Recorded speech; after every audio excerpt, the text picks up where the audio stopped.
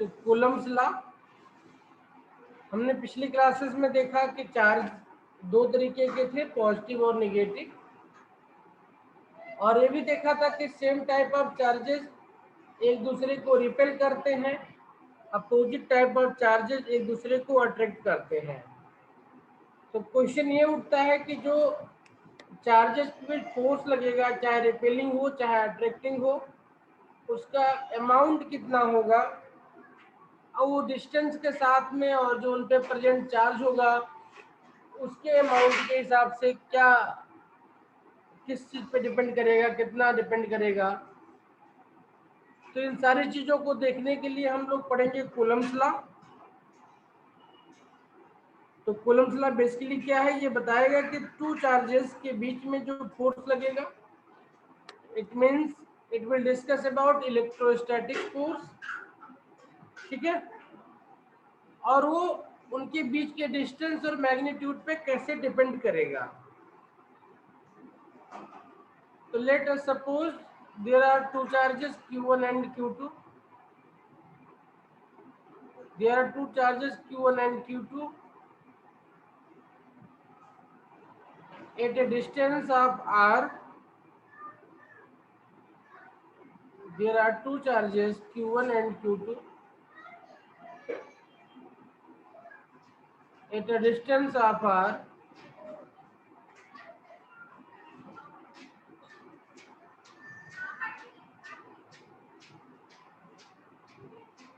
at a distance of r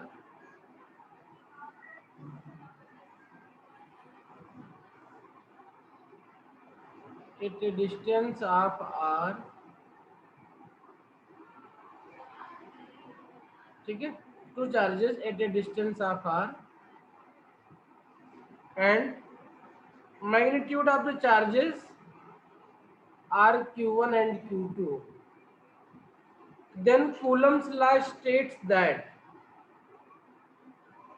what it states that the force of interaction, that the force of interaction,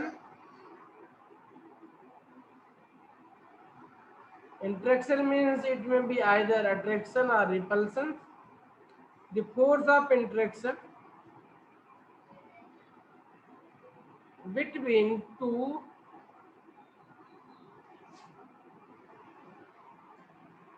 point charges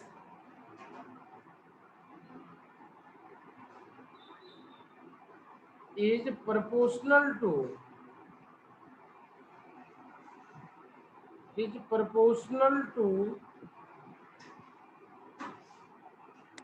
the product, is proportional to the product of magnitudes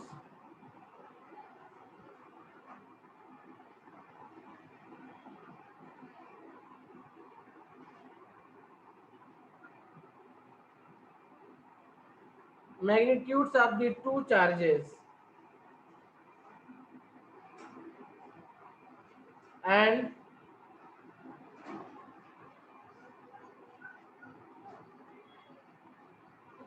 inversely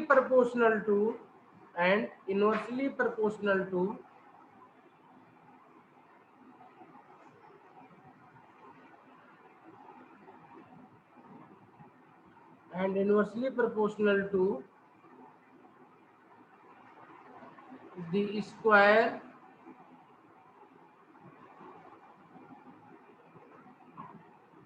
of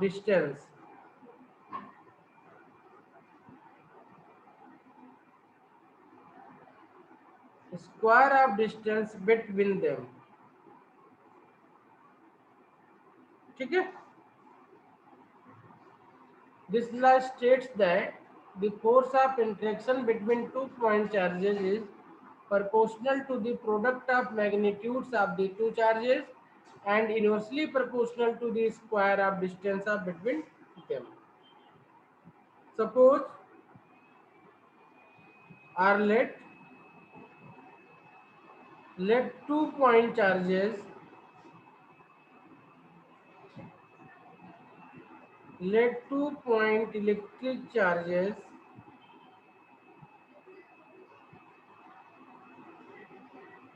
Q1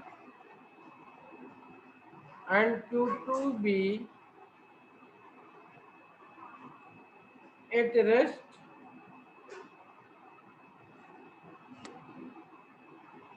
separated by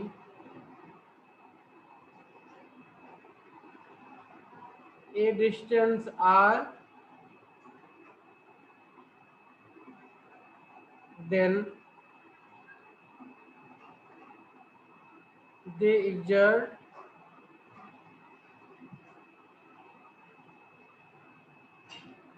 a force on each other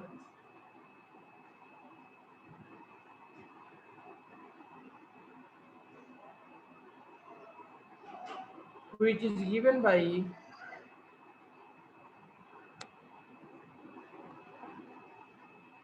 F equal to K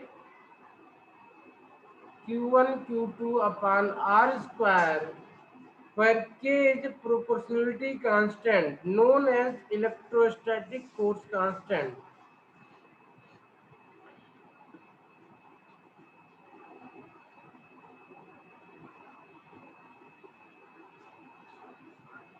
Where K is a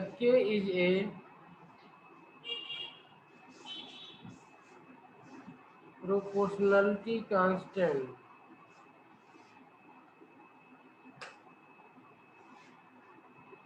Where K is a proportionality constant.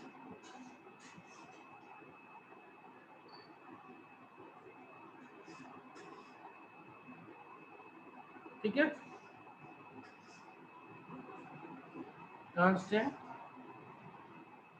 and known as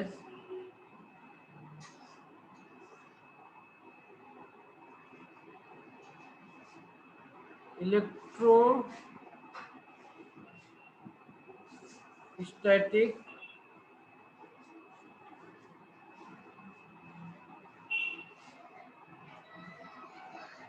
force constant.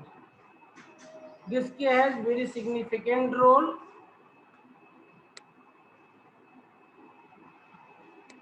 and it will decide the importance of medium, vacuum, etc. We will see it in few seconds.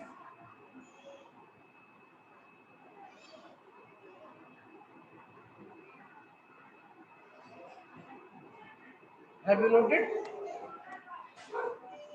Yes, sir. Yes, sir. Okay. Then let's write some important fact about K first. Then we will able to discuss about this force in more detail. Two things important here. One is the direction of the force, since force is a vector quantity, and value of K. So let us see value of K in first step, and then we will see direction of F in second step. Okay? Now, this K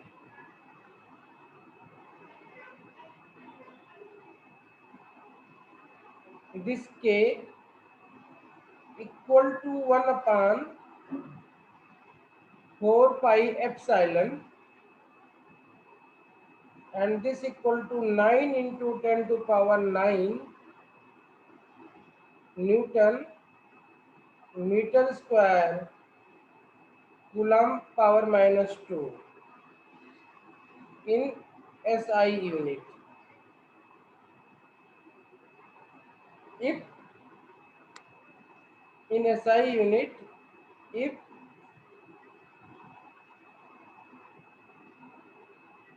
there is free space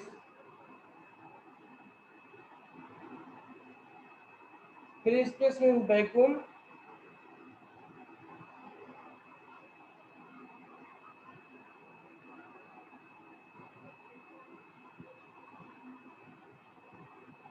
between two charges.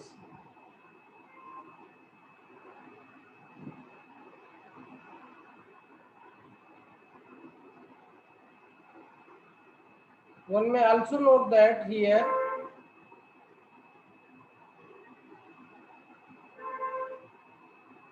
F epsilon naught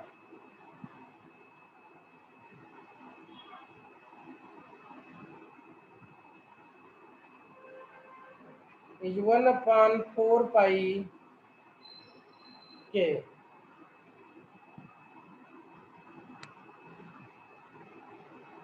ठीक है,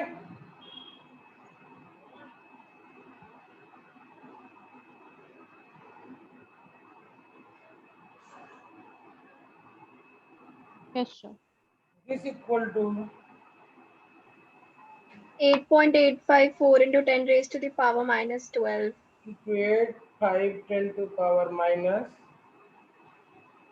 12 Can also be written as 80/9. ठीक है, but मैं always suggest करूंगा कभी भी इस value को याद करने की जरूरत नहीं कैलकुलेशन में। जहां कहीं पे भी ये वैल्यू आए उसको 4 पाई से मल्टीप्लाई और 4 पाई से डिवाइड करके 9 इंटू 10 टू पावर 9 के टर्म में लेके कैलकुलेशन करें तो कैलकुलेशन थोड़ा इजी हो जाएगा, क्योंकि 9 से मल्टीप्लाई डिवाइड करना 8.85 से करने कंपेरिजन में इजी होगा। ठीक है, लेकिन याद रहे वैल्यू तो बहुत अच्छी चीज है, कोई समस्या नहीं है कैलकुलेशन के लिए, लेकिन हम कोशिश करेंगे कि इसी आपको यूज करें हम। ठीक है, is the epsilon is the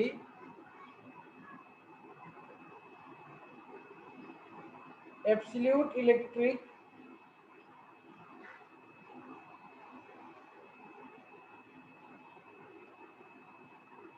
permittivity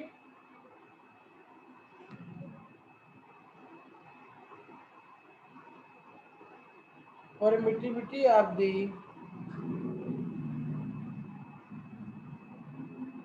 free space. Okay, so force between two charges in space or in vacuum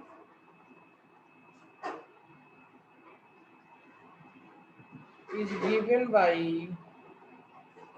F equal to 1 upon 4 pi epsilon naught Q1 Q2 upon R square.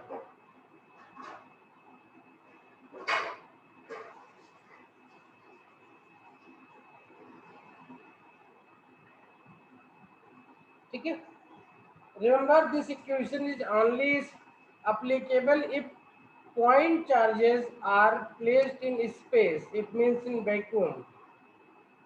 What happens if they are placed in some medium? To see what happens? Sir जहाँ पे epsilon not है वहाँ पे epsilon M आ जाएगा और F M आ जाएगा, बाकी सब सेम Yes, रहेगा। yes, that's good.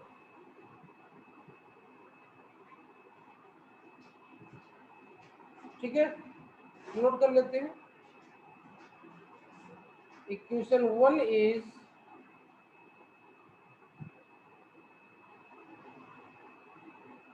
applicable only for point charges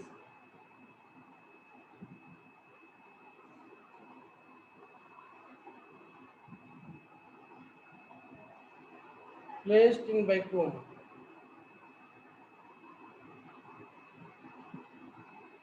ठीक है, नोट कर लिया यहाँ तक? Yes sir. Now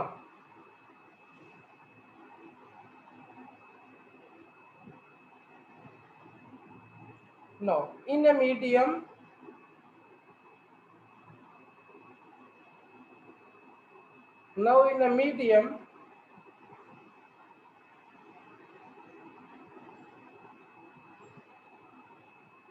value of K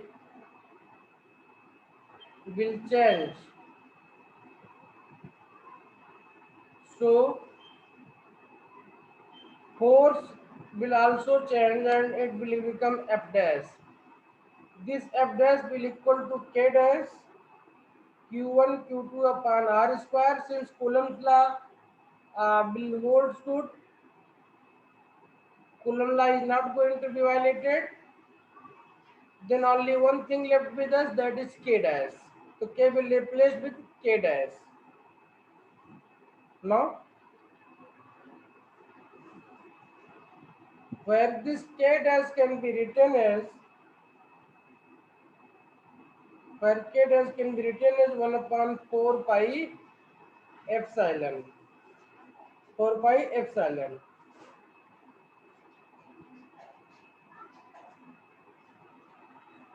And in this, epsilon will be called as, epsilon is known as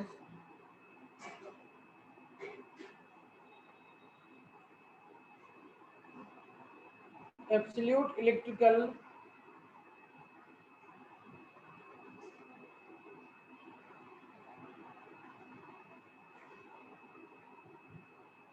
permittivity of medium.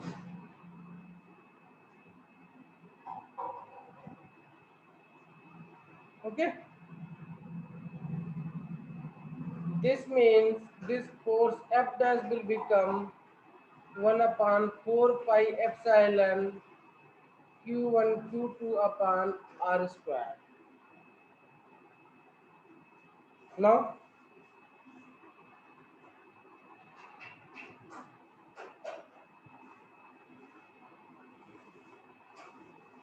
now the ratio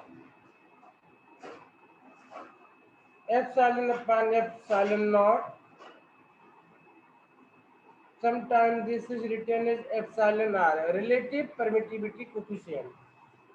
ठीक है, epsilon R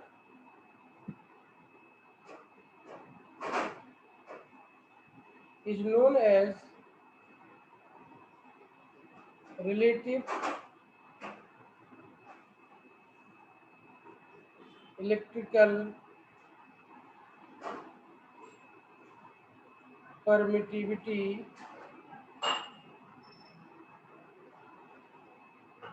of medium. It is also known as, K, yes, dielectric constant. it is also known as dielectric constant.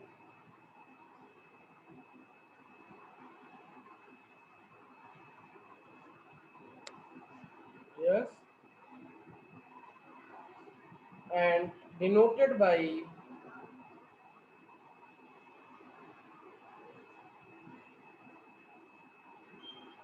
capital K. So epsilon upon epsilon naught equal to epsilon R, this equal to K. This will give you epsilon equal to epsilon naught into K.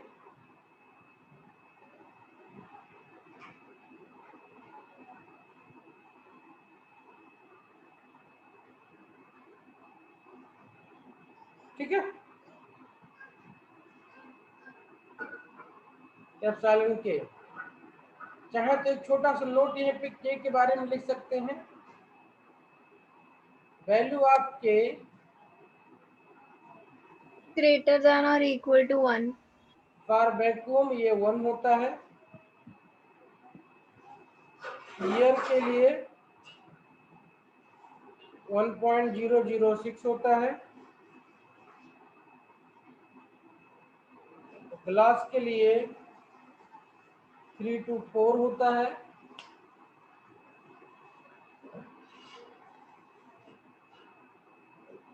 Water के लिए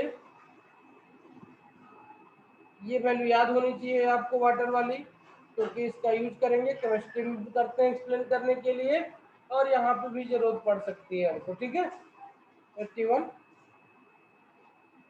और conductor के लिए, इसके लिए conductor के लिए infinity होता है, स्पेस नहीं दिख रहा, मैं यहाँ लिख दे रहा हूँ साइड में,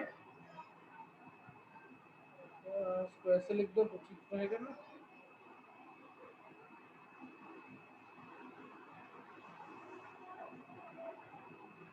कंडक्टर के लिए इंफिनिटी होता है ये। तो जनरली देख सकते हैं k is always greater than 1, है ना, k is always greater than 1, therefore epsilon will always greater than f dash. तो किसी भी मीडियम में जो फोर्स होगा इलेक्ट्रोस्टैटिक, वो हमेशा वैक्यूम से कम ही होगा। ठीक है, ओके, नोट कर लिया इतना।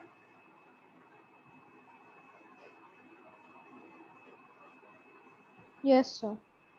दिस मीन्स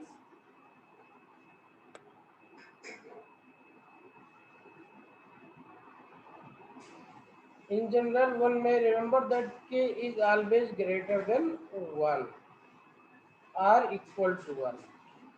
वैक्यूम के लिए 1, बाकी के लिए ग्रेटर देन 1। तो इसकी वैल्यू कभी भी 1 से कम नहीं होगी। So f dash by f equal to कितना हो जाएगा, 1 बाई k हो जाएगा। This implies f dash equal to f by k, okay, and k is greater than या इक्वल टू 1 है। तो इसका मतलब किसी भी मीडियम में जो इलेक्ट्रोस्टैटिक फोर्स होगा वो जो वैक्यूम में है उससे कम होगा या फिर उसके बराबर होगा, उससे ज्यादा नहीं हो सकता है। ठीक है, it means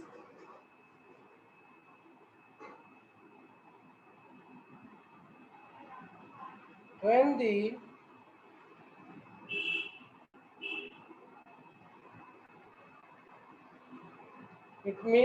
the charges are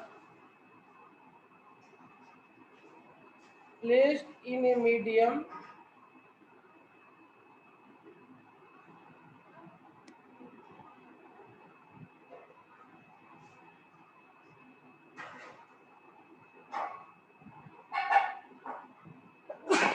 the force decreases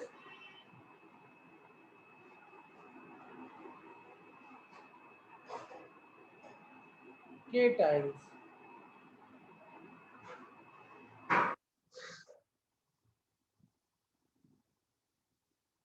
In this equation we can also define k, that means k equal to f by f dash।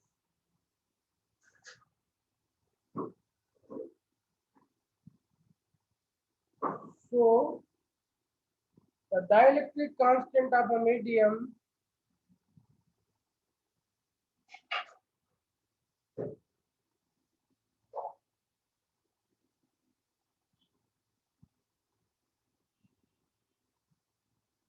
so the dielectric constant of a medium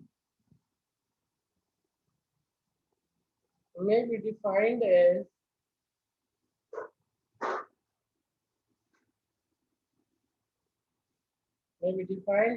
the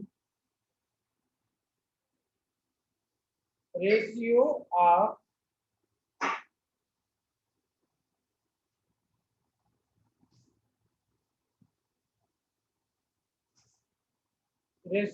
force between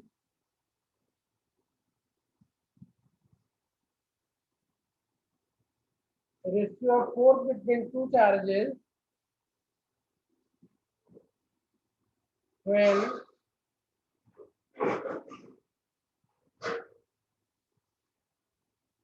they are placed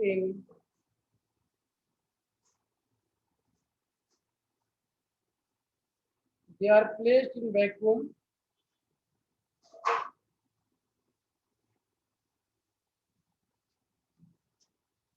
to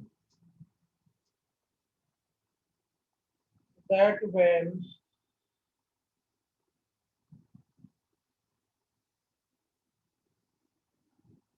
they are placed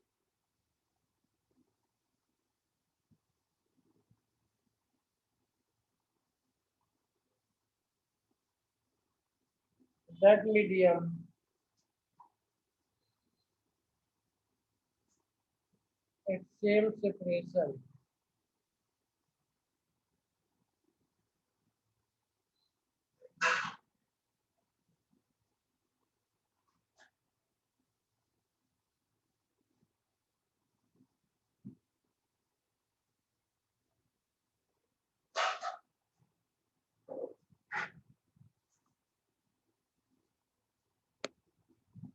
ठीक है।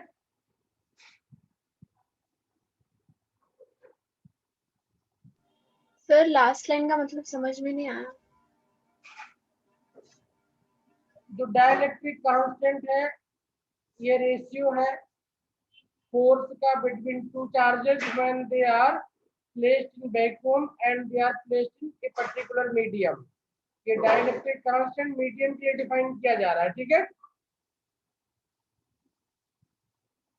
ठीक, तो आपने force निकाला उन charges के बीच में जब वो वैक्यूम में रखे हुए थे और जब वो मीडियम में रखे हुए हैं, ठीक है। Dielectric constant of medium may be defined as the ratio of the force between two charges when they are placed in vacuum F निकाल लिया, to that when they are placed in that medium F dash निकाल लिया at same separation keeping R as constant, ठीक है। बात clear हुई कि नहीं अभी? Yes sir. Manasvi yes sir. नहीं हुई तो दोबारा बताएं, बोलो। देखो हो गई सर। पक्का? Yes sir. ठीक है, नहीं है तो एक को देख लो क्या है। एक बार ये वैक्यूम में दो चार्जेस रखे हुए हैं Q1 और Q2, r डिस्टेंस पे इनके बीच में फोर्स F लग रहा है, और दूसरी बार ये किसी मीडियम में रखे हुए हैं, वाटर में, केरोसिन ऑयल में, कहीं पे भी रखे हुए हैं। Q1 उनके बीच का डिस्टेंस उसको हमने सेम रखा हुआ है Q, तो यहाँ पे फोर्स F लग रहा था, यहाँ पे फोर्स F डैश लग रहा है।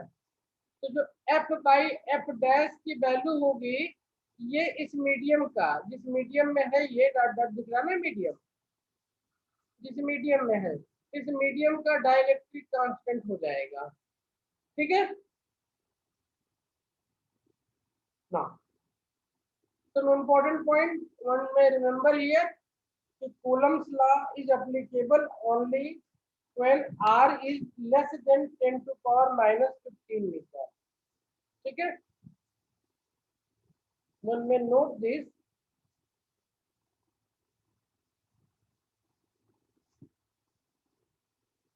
Coulomb's law is not valid for distance below 10 to power minus 15 metre. ये आपके न्यूक्लियस वाला डिस्टेंस होती है 10 टू पावर माइनस 15 वाला, ठीक है।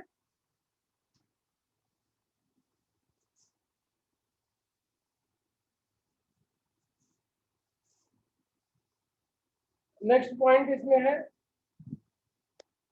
जो कूलम्स लॉ है ये न्यूटन थर्ड लॉ को फॉलो करता है। मतलब हुआ कि दो चार्जेस के ऊपर जो फोर्स लगेगा वो इक्वल एंड अपोजिट लगेगा, ठीक है।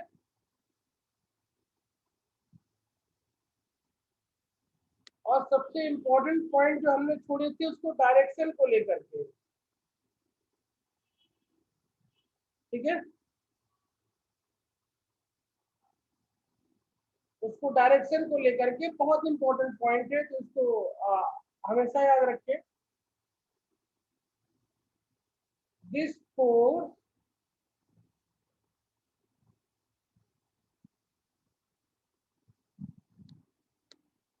acts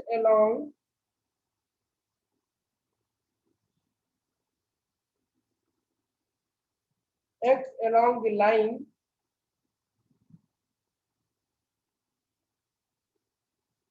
joining the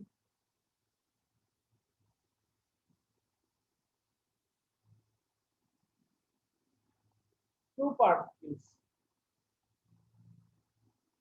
This is central force। जब भी ऐसा कुछ होता है ये सेंट्रल फोर्स की कैरेक्टरिस्टिक है called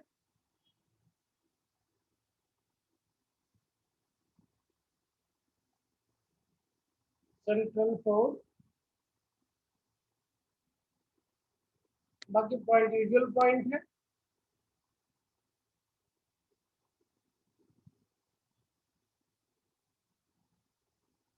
electrostatic force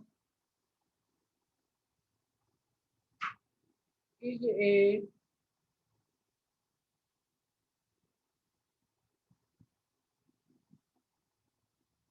conservative force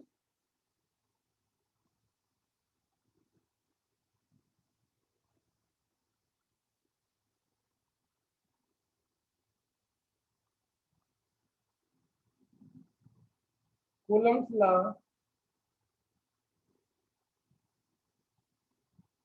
obeys Newton's third law,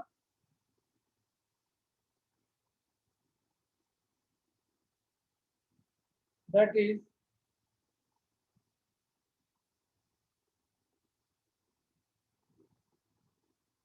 the forces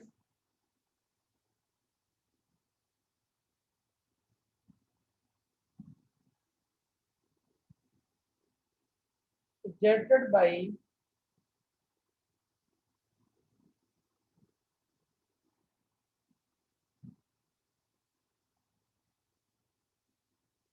the two charges on each other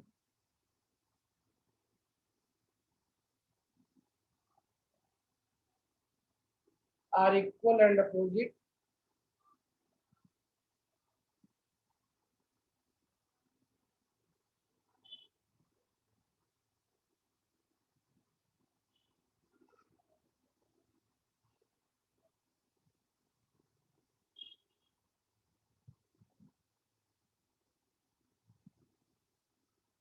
हो गया।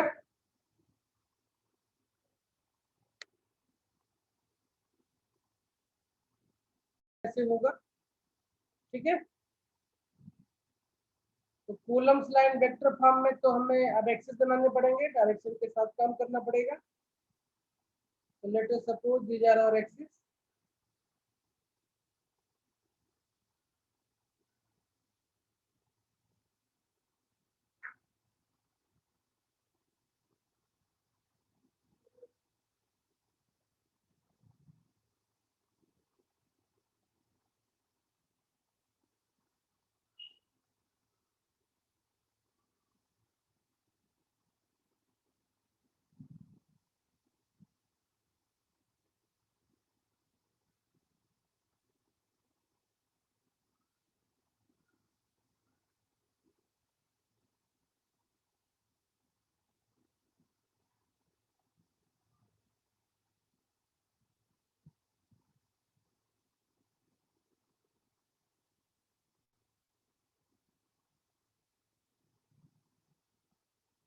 ये हमारा एक्सिस सिस्टम होगा, कोऑर्डिनेट सिस्टम हो गया।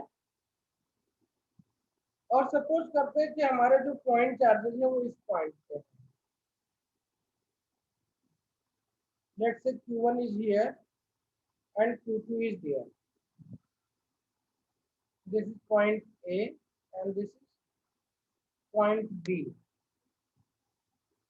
Position vector of point A is given by R1, means OA is R1 and OB is given by R2. ठीक है। And then distance with Q1 and Q2 is given by vector R. ठीक है। Q1 and Q2 is given by vector R.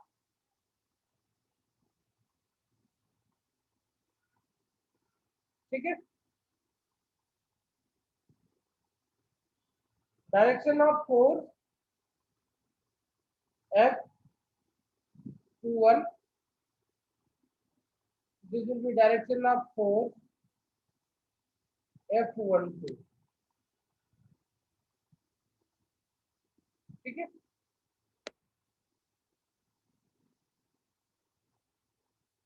Symbol has their meaning, जैसा कि हमने बताया है। ठीक है।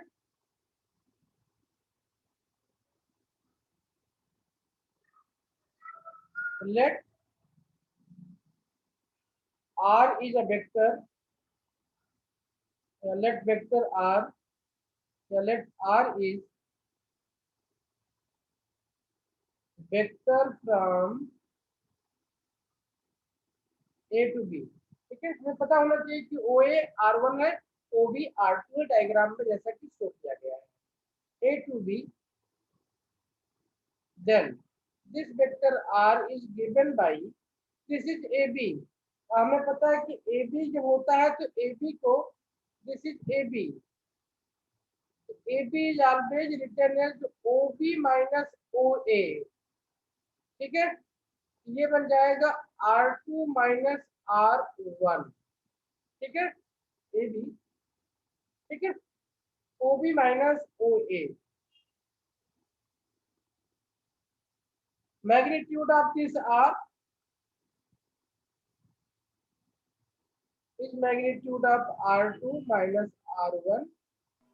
सर ये दोनों इक्वेशंस आपने कैसे एज्यूम करके लिखी हैं? क्या बेटा? सर ये जो ऊपर दो इक्वेशंस लिखी हैं आपने R और AB वाली, आपने एज्यूम किया है? R1 समझाने में क्या करें आप? सर जो आपने ऊपर दो इक्वेशंस लिखी हैं R is equal to R2 minus R1, ये अजम्पशन है या ये डेराइव किया है? ये हमने अभी वेक्टर, जब वेक्टर पढ़ते हैं तो वहां पे इसको ड्राइव करते हैं। ठीक है, ये देखो दो पॉइंट्स होते हैं, ये A है पॉइंट, ये पॉइंट B है, ये पॉइंट O है। ठीक है, ये आपका OB होता है, ये आपका OA होता है, और आपको इसका रिजल्टेंट AB चाहिए होता है। इसका चाहिए होता है, इस ये रिजल्टेंट AB चाहिए होता है। तो इसमें जो रिजल्टेंट AB होता है, this is always written as OB minus OA। इसका पोजीशन वेक्टर माइनस इसका पोजीशन वेक्टर। ठीक है, या यहाँ से देखो इसको ऐसे लिख सकते हैं, OB equal to AB plus OA, AB plus OA। ठीक है, ऊपर वाले याद रखो, वही ठीक है। तो position vector up two point sir हमेशा OB माइनस OA करेंगे या हाँ, कभी? हमेशा ये OB माइनस OA ही करेंगे। जब इसका मतलब इसका डायरेक्शन A टू B हो गया, A टू B डायरेक्शन में इसकी वैल्यू होगी AB की। अगर ये BA हो तो BA होगा तो ये OA माइनस OB हो जाएगा, और BA का मतलब डायरेक्शन B टू A हो जाएगा। ठीक है, देखो ये डायरेक्शन A टू B था, तो जब डायरेक्शन आपका A टू B होगा तो B का पोजीशन वेक्टर माइनस A का पोजीशन वेक्टर, वो आपको AB का वैल्यू देगा, वेक्टर AB का। ठीक है, क्लियर? जो यस। लास्ट में लिखा जाएगा उसके पोजीशन वेक्टर को पहले लिखा जाएगा, बस ध्यान रखना इतना।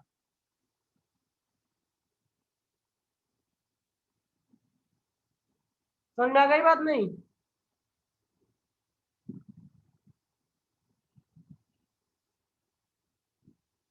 हेलो, हाँ जी सर, आ गया, थैंक यू।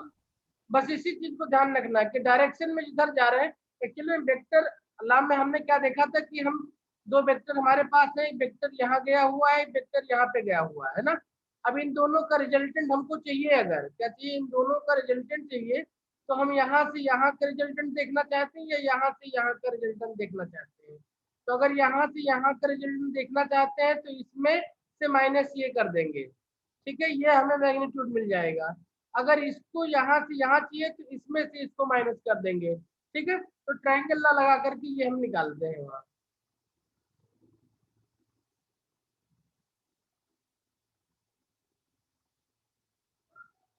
ओके, तो मैग्नीट्यूड R कितना हो जाएगा, R2 माइनस R1 हो जाएगा। हमें इसी R की जरूरत होती है इसके लिए, अपने लाभ के लिए। अब हमने यूनिट वेक्टर निकालना भी सीखा था, तो AB के डायरेक्शन में यूनिट वेक्टर कितना होगा, यूनिट वेक्टर इसको R कैप से लिखते हैं हम लोग, और ये कितना होगा, ये आपके vector divide by magnitude of the vector. ठीक है, ए को मॉड ए से डिवाइड करके निकालते थे, तो यूनिट वेक्टर मतलब सिर्फ डायरेक्शनल वेक्टर होगा ये, और इसकी वैल्यू हो जाएगी R2 minus R1 divide by R2 minus R1 का magnitude. This is going to be our unit vector, मतलब इसका मैग्नीट्यूड 1 यूनिट होगा और डायरेक्शन ए बी के डायरेक्शन में होगा ये। ठीक, तो चाहे तो यहीं पे यूनिट वेक्टर को हम दिखा सकते हैं। यूनिट वेक्टर का डायरेक्शन ये यूनिट वेक्टर का डायरेक्शन ए बी होगा, ए टू बी की तरफ होगा। पॉइंट ए यहाँ लिखे ताकि क्लियर दिखे ना। This is our point A and this is B. ठीक, चलिए अब वेक्टोरियल फॉर्म में फोर्स को नोट करते हैं। यही साइड में कर लेते हैं फोर्स को नोट।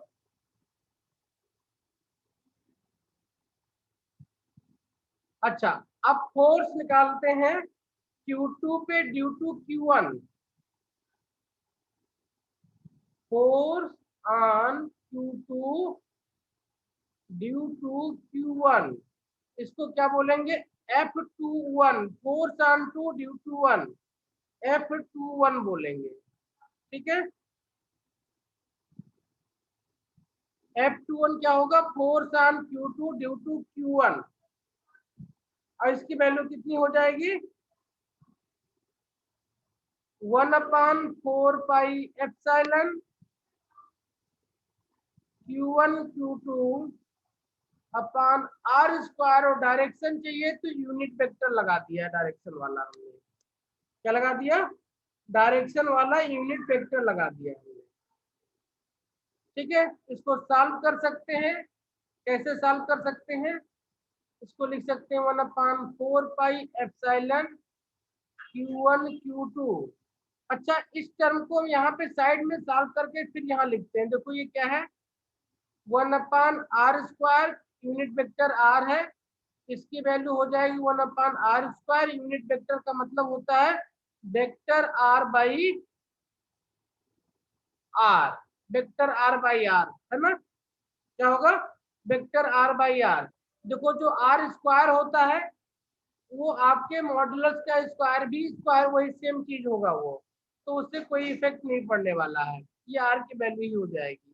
तो ये बन जाएगा vector r upon mod of r का स्क्वायर, r का क्यूब हो जाएगा।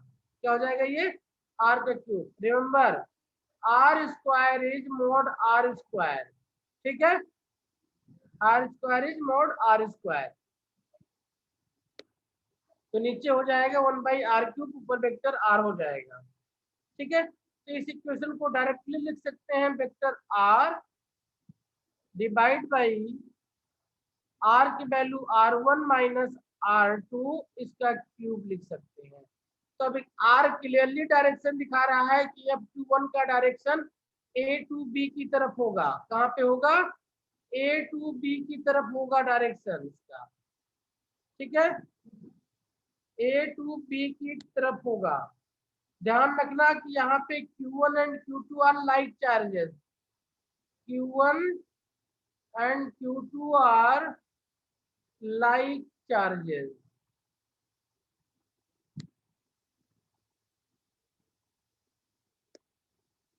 अगर ये अनलाइक हो गया तो इसका डायरेक्शन चेंज हो जाएगा। ठीक है, F21 की वैल्यू ये आ गई, तो F12 की वैल्यू कितनी हो जाएगी? If this is value of F21, then F21 की वैल्यू कितनी हो जाएगी? Means force on 1 due to 2, ये कितना हो जाएगा? ये R2 माइनस R1 हो जाएगा। क्योंकि नीचे मॉड में है तो कोई इशू नहीं आएगा। ये ऊपर R2 माइनस R1 हो जाएगा। क्या हो जाएगा? R2 minus R1। और अभी हमने पढ़ा था, क्या पढ़ा था? कि Coulomb's law Newton third law follow करता है। तो ये हो जाएगा माइनस F21। क्या हो जाएगा? Minus F21। मतलब इसका डायरेक्शन इधर था तो इसका डायरेक्शन इधर हो जाएगा। मैग्नीट्यूड के टर्म में लिखें तो ये हो जाएगा 1 माइनस लगा करके, ये हो जाएगा माइनस लगा करके -1/4 pi epsilon Q1 Q2 vector r अपान R2 माइनस R1 हो गया, R2 माइनस, ये ध्यान रखिए R2 माइनस R1 है, R2 माइनस R1 है ये भी हो जाएगा R2 माइनस R1 का क्यूब। यहाँ से माइनस साइन खत्म करना चाहो तो यहाँ पे अंदर R1 माइनस R2 कर दो तो माइनस साइन ऊपर से खत्म हो जाएगा।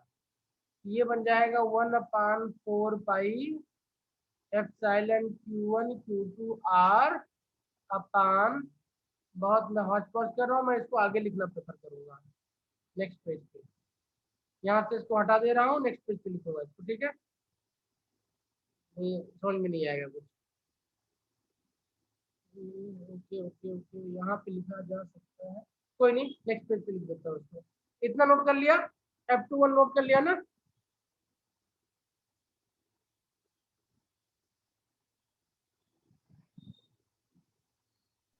Yes sir. This is Coulomb's law in vector form, Coulomb's law in vector form. Sir इसका डेरिवेशन इम्पोर्टेंट है? क्या बेटा? सर जो डेरिवेशन अभी आपने किया है ये इम्पोर्टेंट है? वेक्टर फॉर्म में अगर स्पेसिफिकली लिख के देगा तब जरूरत है, अदरवाइज जरूरत नहीं पड़ती है, ठीक है। खाली समझना है न्यूमेरिकल के पर्पज से। सर अगर इस पे नीट में क्वेश्चन आता है तो हमें सिर्फ फॉर्मूला यूज करना होगा ना? कहाँ के लिए? सर अगर नीट में कोई क्वेश्चन आएगा तो फॉर्मूला बेस्ड होगा या मतलब कुछ और भी पूछ सकते हैं इसमें से? इसमें जो भी क्वेश्चन आएगा वो डायरेक्ट फार्मूले पे नहीं बनेगा, वो डायरेक्शनल बेस्ड। अगर डायरेक्शन वाला वेक्टर का कांसेप्ट क्लियर होगा तब ये फार्मूला हेल्प करेगा, ठीक है। अभी क्वेश्चन करेंगे तो पता चलेगा, बिना डायरेक्शन की क्लियरिटी के फार्मूला हेल्प नहीं करने वाला वेक्टर वाले क्वेश्चन में, ठीक है। Okay sir. Okay, yes Manasvi, after class we will discuss. Okay, F12 कितना हो जाएगा? ये माइनस F21 हो जाएगा according to Newton third law. ये 1/4 pi epsilon Q1 Q2 upon R2 minus R1 modulus cube, ऊपर वेक्टर R हो जाएगा। माइनस साइन हटाना है तो इसको 1/4 पाई एप्सिलॉन Q1 Q2, यहाँ माइनस साइन इसमें लाके डाल दें, ये बन जाएगा vector R1 minus vector R2 का modulus cube vector R1 minus R2 कर दो ऊपर, R1 minus R2, minus sign से आप छुटकारा मिल गया आपको।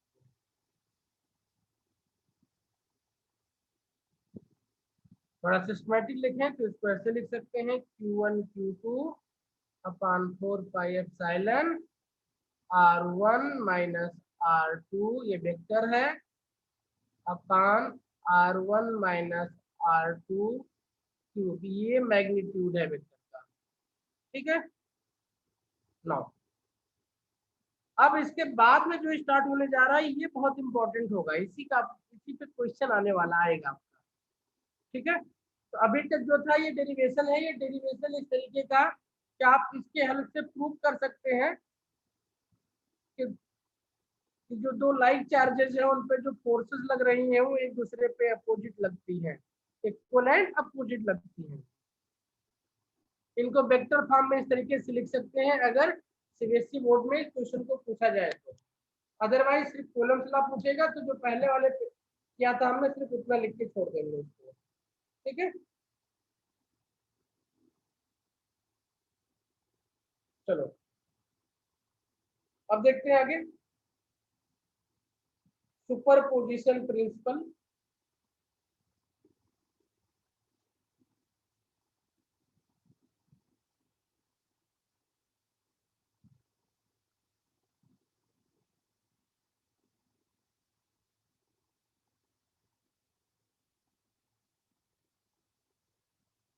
इसी को समझने का, इसी को सीखने का काम है, बाकी ला है उसको पढ़ लेंगे, नोट कर लेंगे, एक दोबारा प्रैक्टिस करते हैं तो ला आ जाती है सबको। ये वाला सीखना ज्यादा जरूरी है। इसको समझते हैं क्या है ये। And why we learn this superposition principle, because it will enable us, it enables us to calculate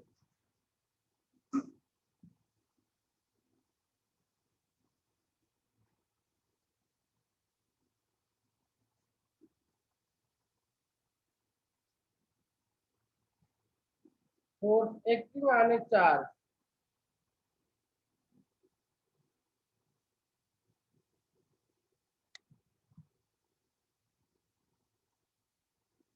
due to more than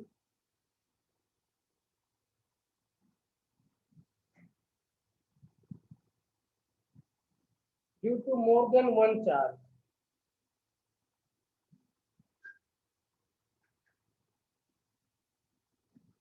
According to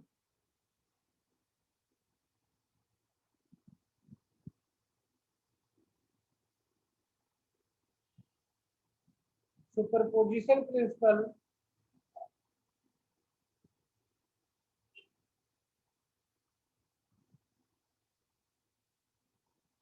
the total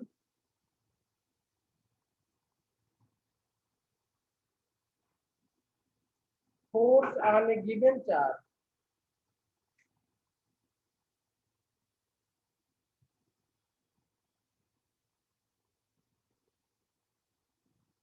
is vector sum of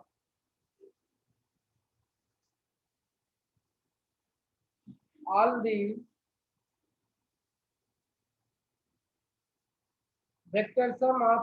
the individual forces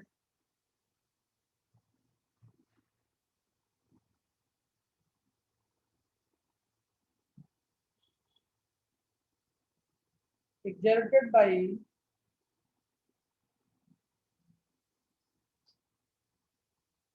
each of the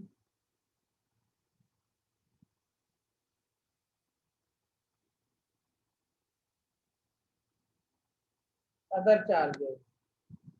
Means F resultant will be F1 plus F2 plus F3 dot dot dot, जितने भी forces हैं let's N forces.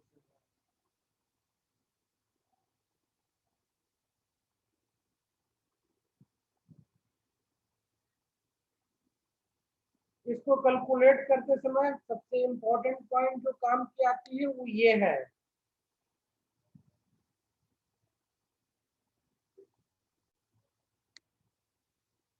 Most important point है ये calculate करते हुए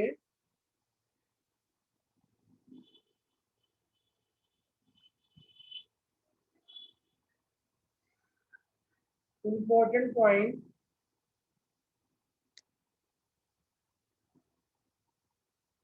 is that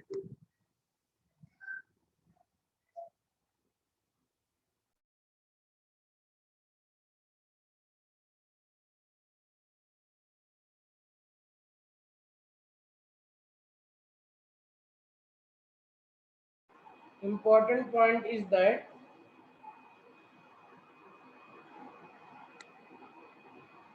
the force between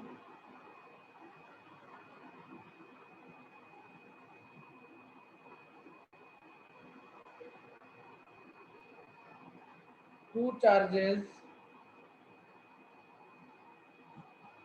remains unaffected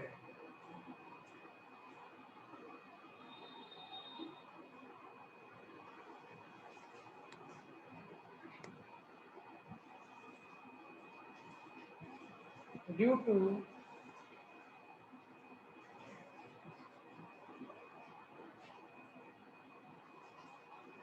the presence of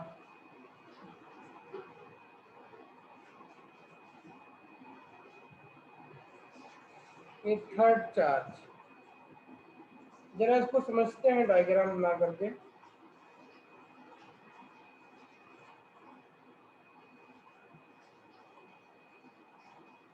मतलब दो charges के बीच में कोई चार्ज और भी है तो वो किसी और के फोर्स को खत्म नहीं करेगा, ठीक है।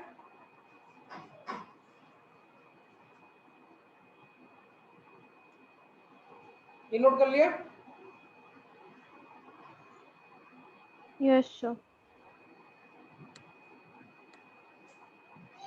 देखते हैं जरा एक डायग्राम बना करके।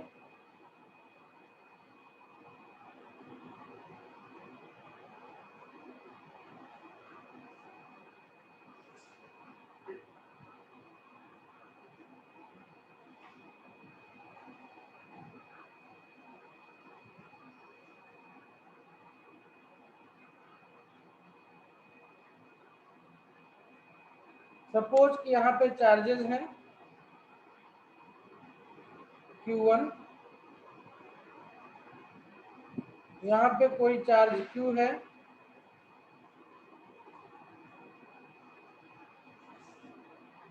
यहाँ पे कोई चार्ज Q2 है,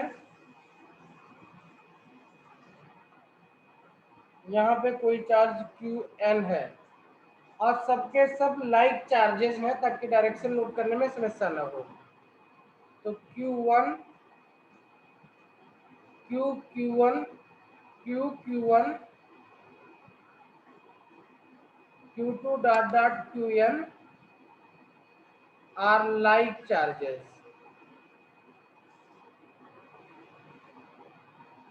Then forces on Q पे कौन कौन सी फोर्सेस काम करेंगी? तो Q पे फोर्स F1 के कारण काम करेगी, Q1 के कारण काम करेगी, उसको बोलेंगे F1, और वो इस डायरेक्शन में लगेगी। ये फोर्स F1 हो जाएगी। Q पे फोर्स लगेगा Q2 के कारण, तो ये रिपेल करेगा, लाइक चार्ज है तो फोर्स F2 का डायरेक्शन ये हो जाएगा। Q पे Qn के कारण फोर्स लगेगी तो ये भी इसको रिपेल करेगा इसी लाइन के डायरेक्शन में, और इसकी डायरेक्शन ये हो जाएगी। तो Q पे जो रिजल्टेंट फोर्स लगेगा ये F1 F2 dot dot n है, तो ये Fn के वेक्टोरियल सम का रिजल्टेंट जो होगा उतनी फोर्स Q पे लगेगी, ठीक है। फोर्स ऑन Q जो लगेगा, let's say this is F, तो this F will be F1 F2 Fn, इनका वेक्टोरियल सम होगा। बात समझ में आ गई ना? तो इस पे जो फोर्स लग रहा है वो इसके प्रेजेंस से अफेक्ट नहीं हो रहा है, ना इसकी वजह से ना इसकी वजह, हर एक की वजह से इसके ऊपर फोर्स लग रहा है। क्लियर?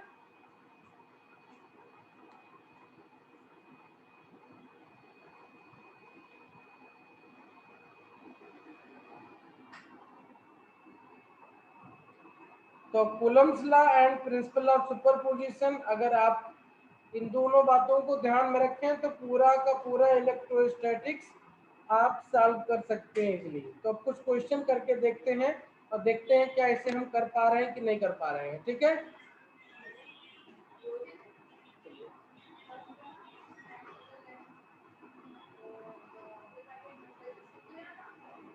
ठीक, चलिए एक क्वेश्चन बनाते हैं। तो in this question one can see that कि फ्रिक्शन फोर्स जो है F बैलेंस कर रहा है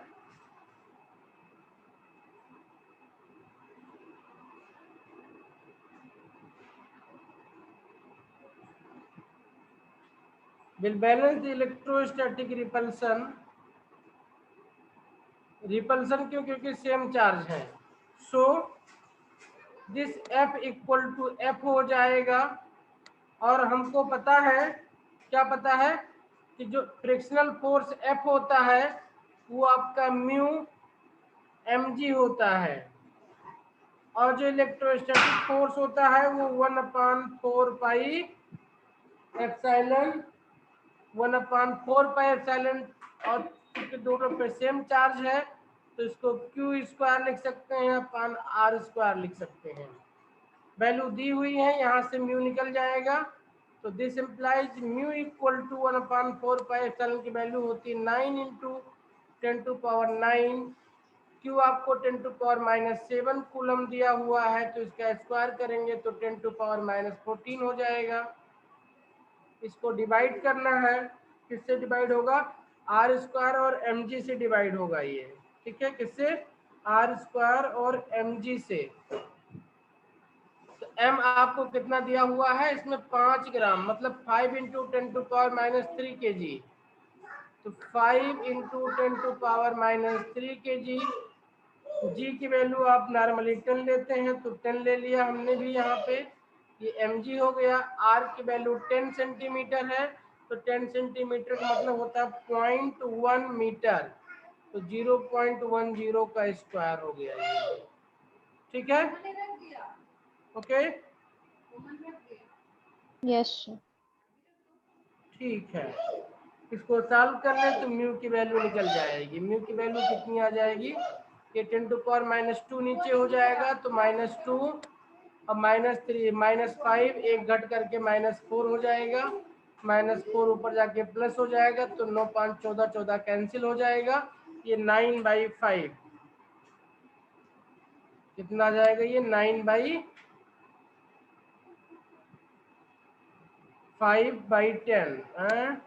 0.9 18 पंचे 90।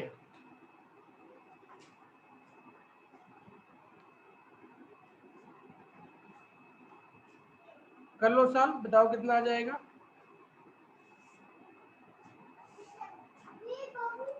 0.18 0.18 will be your answer।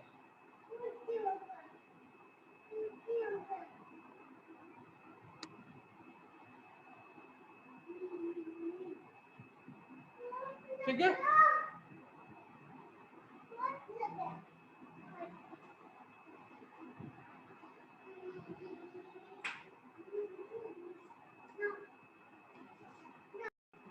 F B resultant force को ऐसे दिखा सकते हैं, एफ बी, एफ सी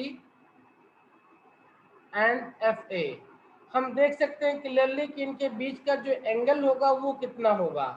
तो टोटल एंगल आपका जो होता है 360 होता है, 3 पार्ट में इक्वली डिवाइड हो जा रहा है। ये 120 एंड 120 का ये एंगल हो जाएगा, ठीक है। तो इस तरीके से 3 वेक्टर एक पॉइंट पे काम कर रहे हैं और इक्वल एंगल एक दूसरे से बना रहे हैं, ठीक है। ठीक है, तो अब क्या करना है? इनको सॉल्व करके इनकी वैल्यू निकाल लेनी है अपने को, ठीक है। इनको सॉल्व करके इनकी वैल्यू निकाल लेनी है, ठीक है। देखते हैं कैसे वैल्यू निकलेगी इसको हम 3 तरीके से सॉल्व कर सकते हैं। सबसे पहले हम वेक्टर के तरीके से सॉल्व करके निकालते हैं इसको, फिर किसी और तरीके का देखेंगे। देखो, इनको क्या करना पड़ेगा? एक कंपोनेंट में ब्रेक करना पड़ेगा। तो कंपोनेंट में ब्रेक करने के लिए देखो, इस लाइन को अगर मैं आगे बढ़ा दूं ऐसे,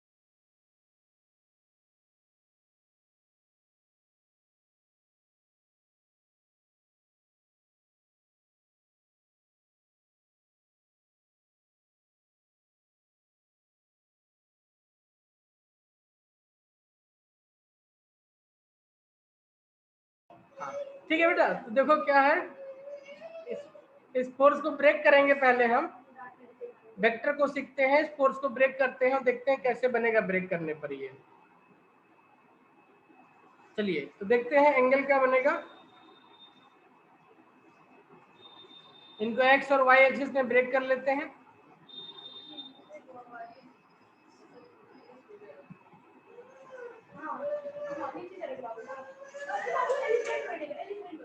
एक्स हो गया, ये वाई बन गया। देखो एफ ए आपका वाई के डायरेक्शन में है, खाली एफ ए वाई के डायरेक्शन में है। एफ बी ब्रेक होगा आपका, ये 90 था, ध्यान से देखें तो ये आपका 30 बन जाएगा और ये बीच वाला 60 बन जाएगा, तो ये बनेगा आपका 30 डिग्री। तो 30 डिग्री में एफ बी को ब्रेक करेंगे तो ये बन जाएगा एफ बी cos 30 डिग्री। इसका परपेंडिकुलर कंपोनेंट हो जाएगा एफ बी sin 30 डिग्री। इसी तरीके से आप एफ सी को ब्रेक करो, एफ सी को ब्रेक करेंगे तो यहाँ पे देखें ध्यान से, तो ये एंगल अब आपका 30 बन जाएगा, तो इसके डायरेक्शन में जाएंगे तो ये बन जाएगा एफ सी cos 30 डिग्री, और इसके में जाएंगे तो ये बन जाएगा आपका अब में एफ सी साइन 30 डिग्री, और एफ ए आपका इस डायरेक्शन में ऑलरेडी है ही। तो फोर्स को बैलेंस करते हैं, देखो एक्स एक्सिस के डायरेक्शन में कितना फोर्स होगा, एफ एक्स होगा आपका एफ बी cos 30 डिग्री, अब माइनस एफ सी हो जाएगा ये cos 30 डिग्री, क्योंकि डायरेक्शन अपोजिट है, माइनस एक्स में है इसका। अब देखो चार्ज सेम थे तो एफ डी की वैल्यू कितनी हो जाएगी, 1/4 pi epsilon q capital Q.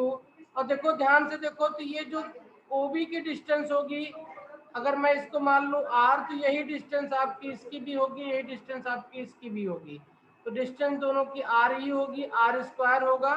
cos 30 की वैल्यू √3/2 होती है, माइनस एफ सी की वैल्यू कितनी हो जाएगी, 1/4 pi epsilon q capital Q, और आर स्क्वायर ही √3/2 हो जाएगा। दोनों मैग्नीट्यूड में सेम है तो रिजल्टेंट फोर्स 0 हो जाएगा, एफ एक्स आपका 0 हो गया। ठीक, इसी तरीके से एफ वाई कितना हो जाएगा, देखो एफ वाई में दो फोर्स ऊपर है, कौन कौन से, F C sine 30 degree plus F B sine 30 degree, F A नीचे की तरफ है। इन सब की वैल्यू लिखो तो 1/4 pi epsilon q capital Q upon r square, sine 30 की वैल्यू 1/2 होती है, इसकी वैल्यू भी 1/4 pi epsilon q capital Q upon r square, इसकी वैल्यू 1/2 होती है साइन 30 की, minus 1/4 pi epsilon q capital Q upon r square. ठीक है, देखो सारी चीजें सेम है, ये 1/2 है, ये 1/2 है, 1/2 मिलके 1 बन जाएगा, और 1 मतलब ये पूरा 1/4 pi epsilon q q by r square बन जाएगा, ये इसके इक्वल हो जाएगा, दोनों सेम होकर के 0 हो जाएंगे। तो आपने देखा एफ एक्स और एफ वाई दोनों इक्वल टू 0 हो गए, इसका मतलब क्यू पे जो रिजल्टेंट फोर्स लगेगा उसकी वैल्यू 0 होगी, hence resultant force on Q लिख सकते हैं यहाँ पे, hence resultant force on Q is summation f equal to 0 is your answer. This is how we can find it. ठीक है, समझ में आया। अगर एनसीईआरटी सीबीएसई में क्वेश्चन आया तो इस तरीके से लिख करके बनाएंगे। अब यही चीज कंपटीशन में आएगा तब क्या करेंगे, तो मैं एक बहुत इजी तरीका बताता हूँ, जिसको देख करके आप तुरंत आंसर दे देंगे इसको। ठीक है, नोट कर लिया।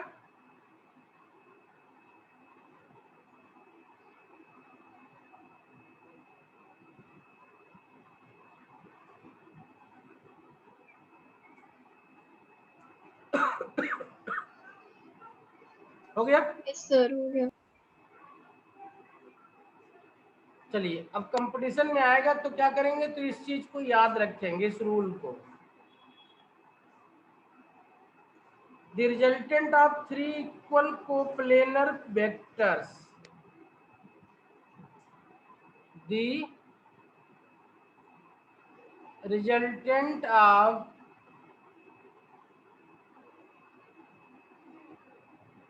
3 equal coplanar vectors acting at a point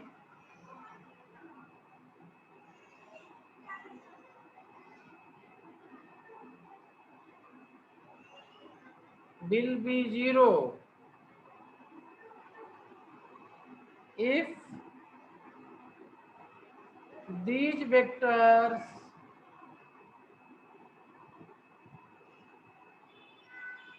form a closed loop, closed polygon। ठीक है, यहाँ डायग्राम में देखें हम,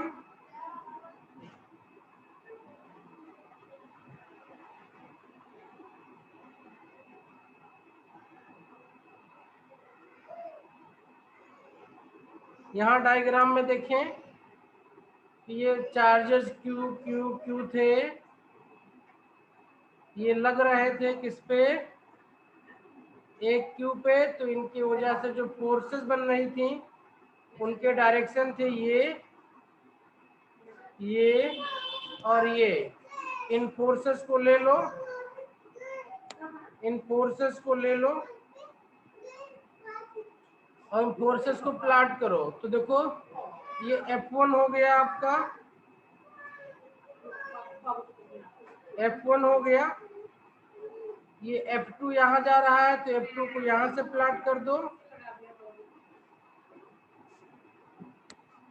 और F3 इधर जा रहा है तो F3 को यहाँ से प्लॉट कर दो। F1, F2 and F3। देखो ध्यान से, F1 equal to F2 equal to F3 है ना, इन तीनों के मैग्नीट्यूड सेम है, ये एक पॉइंट पे काम कर रहे हैं इसलिए कोप्लेनर भी हैं, और ये एक क्लोज पॉलीगॉन भी बना रहे हैं। अगर इनको एक पॉइंट पे प्लॉट किया गया तो एक पॉइंट पे काम कर रहे थे ये, तो इस तरीके से आप देख सकते हैं क्लियरली कि इनका रिजल्टेंट जो बनेगा वो क्या हो जाएगा, 0 हो जाएगा। ठीक है, इनका रिजल्टेंट क्या हो जाएगा, 0 हो जाएगा। ठीक, now hence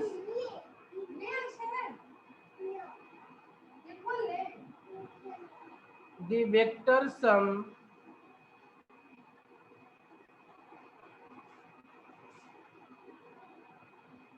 of the forces F1, F2 and F3 is 0।